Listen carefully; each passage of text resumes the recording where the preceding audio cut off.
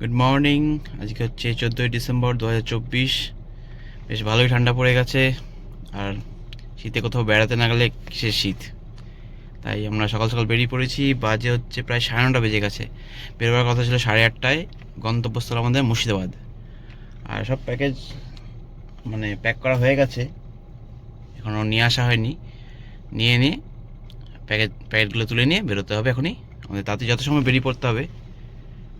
Hotel book করা আছে, 12টার সময় চেক ইন, ঘন্টা 3 লাগবে। এমনিই 12:30 বেজে যাচ্ছে, মাঝে আবার যদি কোনো স্পট থাকে তো একটু দেখে নেবো। তাহলে বেরিয়ে পড়া যাক। এই আমরা উঠলাম ন্যাশনাল হাইওয়েতে, আমাদের শিমুলিতে।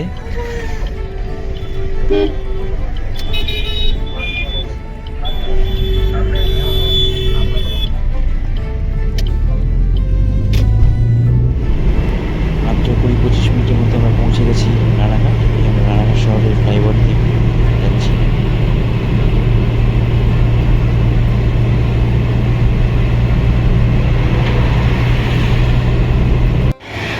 জায়গার নাম জানি না, কৃষ্ণগড়ের কিছুটা আগেই দাঁড়িয়ে পড়েছি খাওয়ার জন্য ছোট্ট একটা দোকানে। ওই যে তৈরি হচ্ছে আমাদের ডিম টোস্ট, আর এরপরে খেয়ে নেবো চা, তারপরে এগিয়ে চলবো। বাড়ি থেকে বেরোনোর পর প্রায় 1 ঘন্টা হয়ে গেছে, পৌঁছে গেছি আমরা কৃষ্ণগড়। এই কৃষ্ণগড় বাইপাস ধরে আমরা কৃষ্ণগড় শহরকে পেরিয়ে চলে যাবো বহরমপুরের দিকে। এই পৌঁছে গেছি কাটরা মসজিদ, একদম সামনেই গাড়ি রাখার জায়গা আছে, ফ্রি পার্কিং।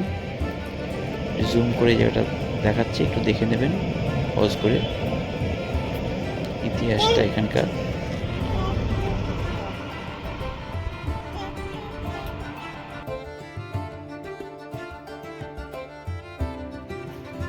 মিঠাইয়ের প্রথম মুর্শিদাবাদ ভ্রমণ। পাখি পাখি কই? ওই পাখি আছে। আচ্ছা, দেখা যাক সামনের দিকে। মসজিদের মাঝের এই ফ্ল্যাট জায়গাটা খুবই সুন্দর। একটু উঠে আসতে হবে উপর দিকে, ওদিকে নেমে এগিয়ে যাওয়ার ব্যবস্থা আছে। এটা বাইরে দিকে বেরোবার রাস্তা।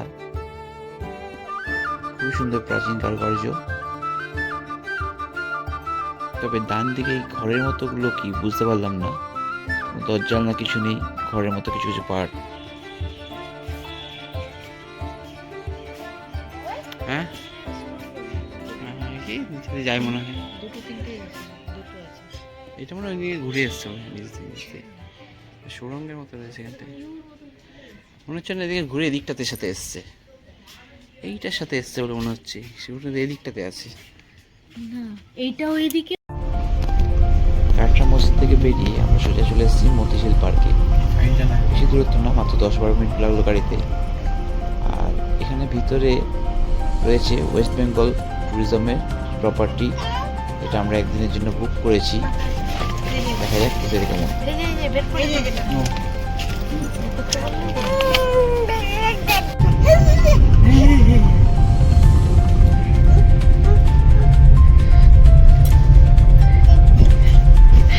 এই ডান দিকে যে জায়গাটা দেখছেন, এখানেও কিছু রুম রয়েছে, তবে আমার মতে এখানের থেকে কটেজে থাকা অনেক ভালো। আর খাওয়ার জায়গাটা কিন্তু এখানে, কটেজে থাকলে খাওয়ার জন্য কিন্তু এখানেই আসতে হবে।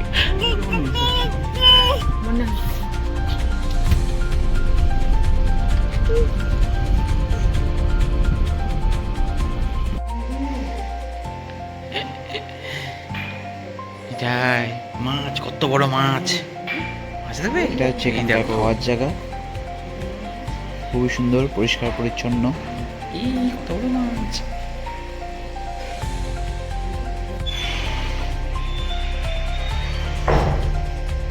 আমরা নিয়ে নিচ্ছি ভেজ থালি, টেস্ট খুবই ভালো। কটেজ অব্দি যাওয়ার জন্য দুটো উপায় আছে। একটা হচ্ছে আপনি আপনার নিজের গাড়ি নিয়ে যেতে পারেন, অথবা এই ইলেকট্রিক ভেহিকেলগুলো আছে, এগুলো আপনাকে ওখানে পৌঁছে দেবে। শোনা, এদিকে তাকাও। এখানে গাড়ি পার্ক করা একটু সমস্যা দেখে আমি গাড়িটিকে কটেজের সামনে নিয়ে গেলাম। মাম্মা ডাকে। আপনাকে খেতে আসার জন্য কিন্তু বারবার এখানেই আসতে হবে, ফলে আপনি যতবারই খেতে আসবেন এখানে ফোন করে দেবেন, ওরা গাড়ি আপনার কটেজে ওখানে পাঠিয়ে দেবে।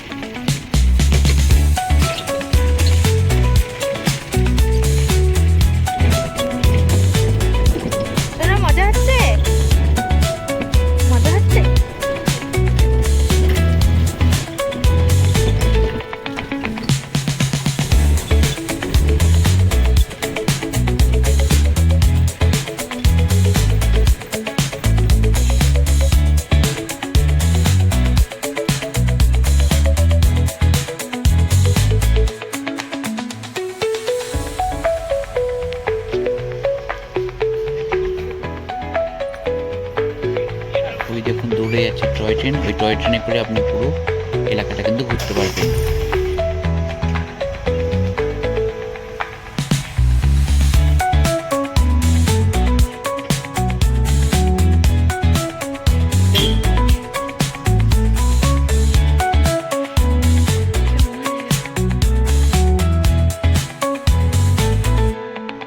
কটেজগুলো দেখে কিন্তু আমার দারুণ লেগেছে, পুরো বিদেশের মতো দেখতে লাগছে।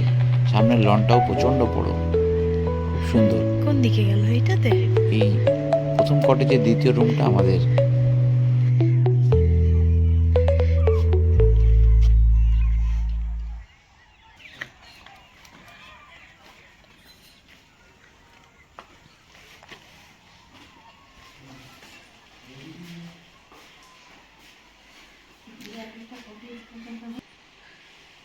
দারুণ জায়গা না মিঠাই? দেখ বলে না, খুব সুন্দর জায়গা, কি সুন্দর, কি রোদ আসছে, ও তো পাখি দেখছে সারাদিন, সূর্য অস্ত যাচ্ছে ঠান্ডায়।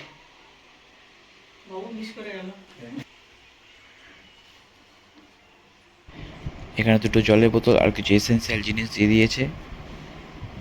একটা বড় সোফা রয়েছে। এটা রুমের পিছন দিকের অংশ, ঝিলটা দেখা যাচ্ছে, খুব সুন্দর। পিছন দিকটাও এত পরিষ্কার পরিচ্ছন্ন। বেডটা একটা বড় অনেকটাই বড়। খাট দিচ্ছে, ইজিলি 3 জন থাকা যাবে।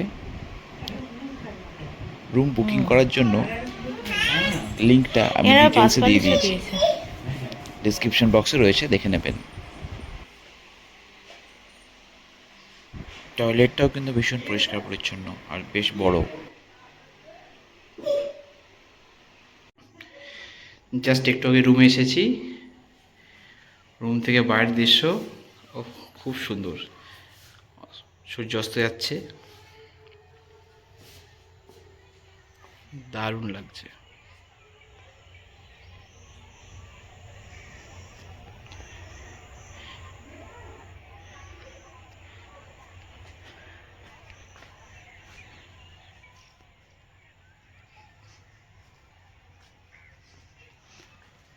এখানেও কিছু কটেজ আছে।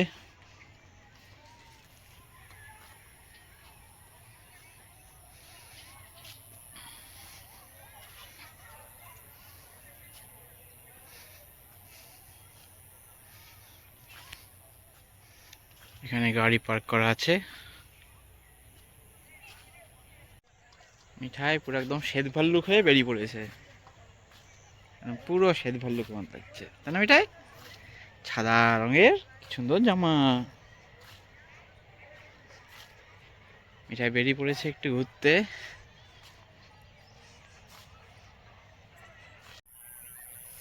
কি করছো? মুরগি, ছোট্ট মুরগি ছানার মতো লাগছে তোমায় মিঠাই। মিঠাই ওই এই এই যে ট্রেন আসছে, ট্রেন আসছে।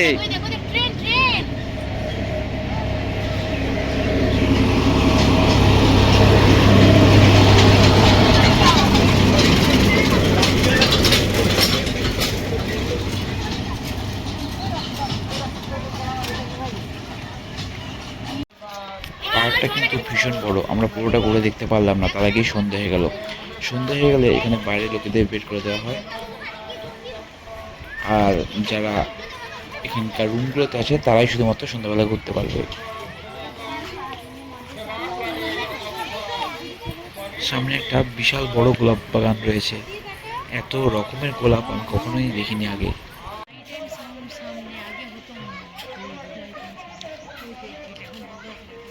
হ্যাঁ, এখানে আগে লাইট অ্যান্ড সাউন্ড শো হতো, কিন্তু অনির্দিষ্টকালের জন্য এটা বন্ধ করে দিয়েছে। আর ঠিক তার উল্টো দিকে হচ্ছে এই কটেজগুলো।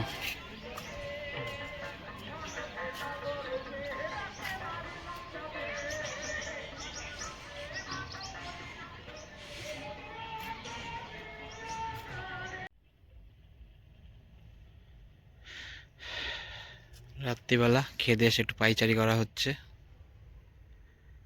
চারিদিকে একদম নিস্তব্ধ,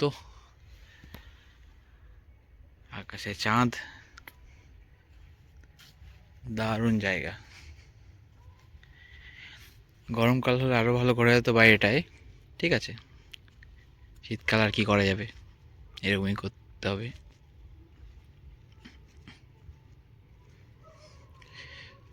সবাই ঘুমিয়ে পড়েছে, আমরাই শুধু ঘুরে বেড়াচ্ছি।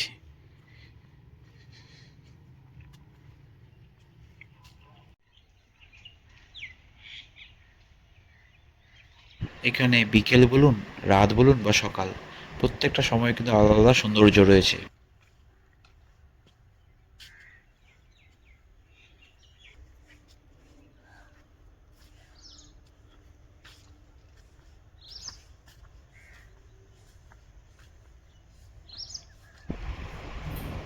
আগের দিন তো পুরো পার্কটা ঘুরে দেখতে পারিনি, তাই আজ সকালে আবার বেরিয়েছি। সকালে একদম চারিদিক ফাঁকা, একটু মর্নিং ওয়াক করতে করতে ঘোরাও হবে, আর বাকি যে জায়গাগুলো দেখা হয়নি সেগুলো দেখা হয়ে যাবে।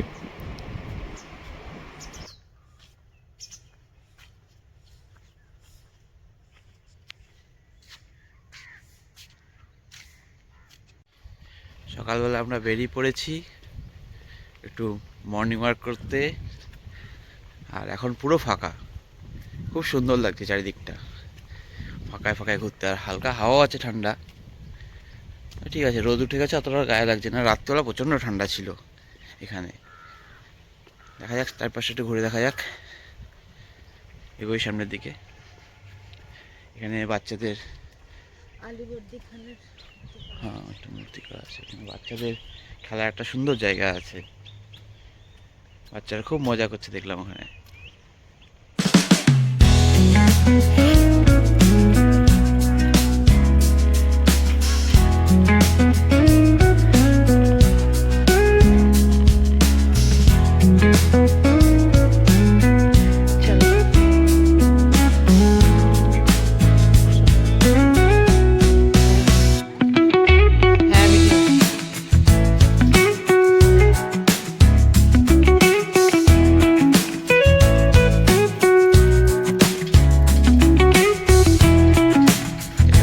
পাশ্চাত্য ঘরানা স্তম্ভ, খুব সুন্দর জায়গাটা।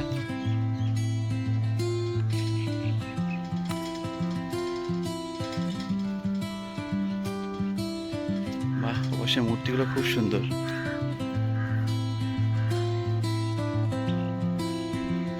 এখানে কিছু একটা ইনফরমেশন দেওয়া আছে এ ব্যাপারে, আপনারা পজ করে পড়ে নিতে পারেন।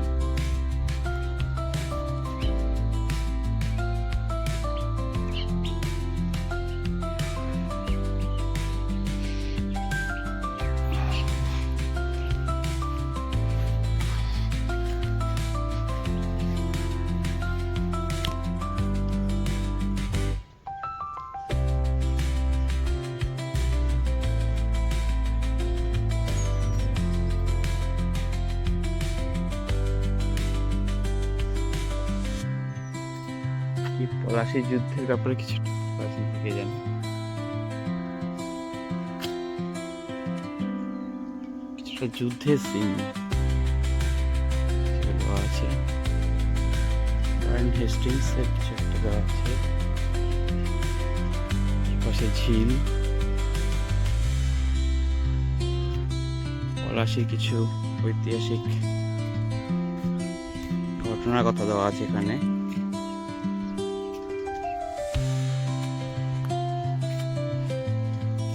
ঝিলটা রয়েছে,